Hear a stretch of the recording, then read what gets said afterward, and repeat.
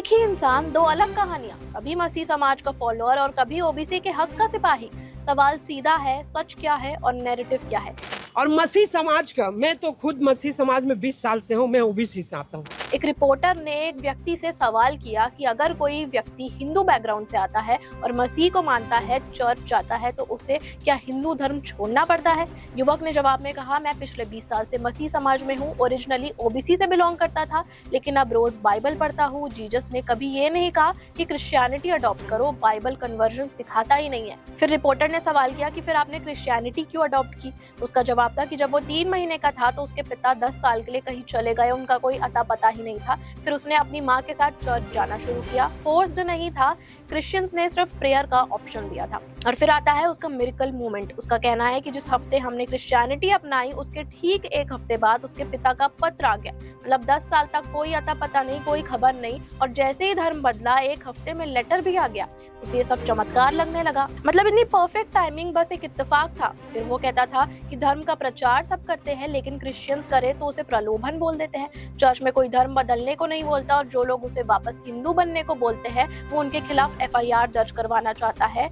और वो ये कहता है कि तुम मुझे होते कौन हो ये बोलने वाले, कि तुम अपना धर्म बदल लो। फिर वो अपने ओबीसी बैकग्राउंड और हिंदू प्रैक्टिसेस पर सवाल उठाता है कि गौमूत्र के नाम पर क्रियाएं की जा रही है। आज भी ओबीसी के साथ ये सब हो रहा है। बड़े बड़े बाबा के बयान सुन लो तो लगता है जैसे वो सिर्फ समाज में तोड़फोड़ करने आते हैं। रिपोर्टर ने पूछा, साई समाज में ये सब नहीं किया जाता। उसका जवाब था, नहीं करते, इसलिए लोग ज्यादा है मसीह समाज में। फॉर्मल कन्वर्जन डिक्लेयर भी नहीं होता, क्योंकि हमें ये सिखाया ही नहीं जाता। चर्च में बस प्रभु को माना जाता है। और वो नेताओं पर भी सवाल उठाता है कि छत्तीसगढ़ के CM और कई लीडर्स मिशनरी स्कूल्स में पढ़े हैं, लेकिन फिर भी कन्वर्जन के खिलाफ बोलते हैं। जैसे कि विष्णुदेव साई मिशनरी स्कूल से पढ़े हैं, लेकिन जनजातीय क्षेत्र में मिशनरी एक्टिविटीज पर सवाल उठाते हैं। कहते हैं एजुकेशन और हेल्थ केयर के नाम पर कन्वर्जन होता है।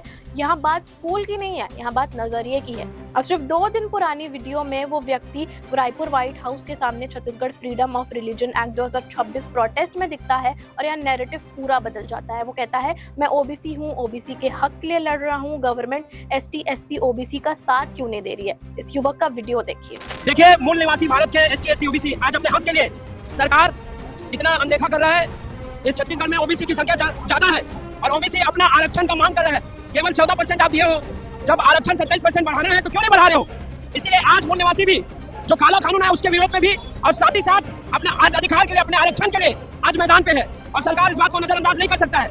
आप एक समाज को प्रताड़ित करने के लिए जल्दी से साइन करवा दिए, और जब किसी के हक की बात है, ओबीसी जो इस छत्तीसगढ़ में बहुल जनसंख्या में है, आप उसके हक के लिए साइन करने में क्या दिक्कत हो रहा है। जब वो अपना हक मांग रहे हैं, आपसे भीख थोड़ा मांग रहे हैं, अपने हक की लड़ाई को जब लड़ रहे हैं, तो आप उनका साथ क्यों नहीं दे रहे हो। सवाल सीधा है, जब आप 20 साल से क्रिश्चियन हो, अपना ओरिजिनल धर्म छोड़ चुके हो, तो फिर ओबीसी के नाम पर प्रोटेस्ट क्यों, रिजर्वेशन की मांग क्यों। अगर कोई व्यक्ति हिंदू धर्म से दूसरे कोई धर्म में कन्वर्ट होता है, स्पेशली SC कैटेगरी से, तो उससे SC ST रिजर्वेशन बेनिफिट्स नहीं मिलते, तो फिर ये डिमांड किस बेसिस पर। जब हिंदू समाज के लोग कहते हैं वापस आ जाओ, तब ये व्यक्ति विरोध करता है, लेकिन जब प्रोटेस्ट होता है तो खुद को ओबीसी बताकर खड़ा हो जाता है। क्या एक व्यक्ति एक साथ 2 अलग पहचान पर खड़ा रह सकता है, या फिर सच और नैरेटिव के बीच का फर्क समझना जरूरी है। आपकी क्या राय है, मुझे कमेंट करके जरूर बताइएगा।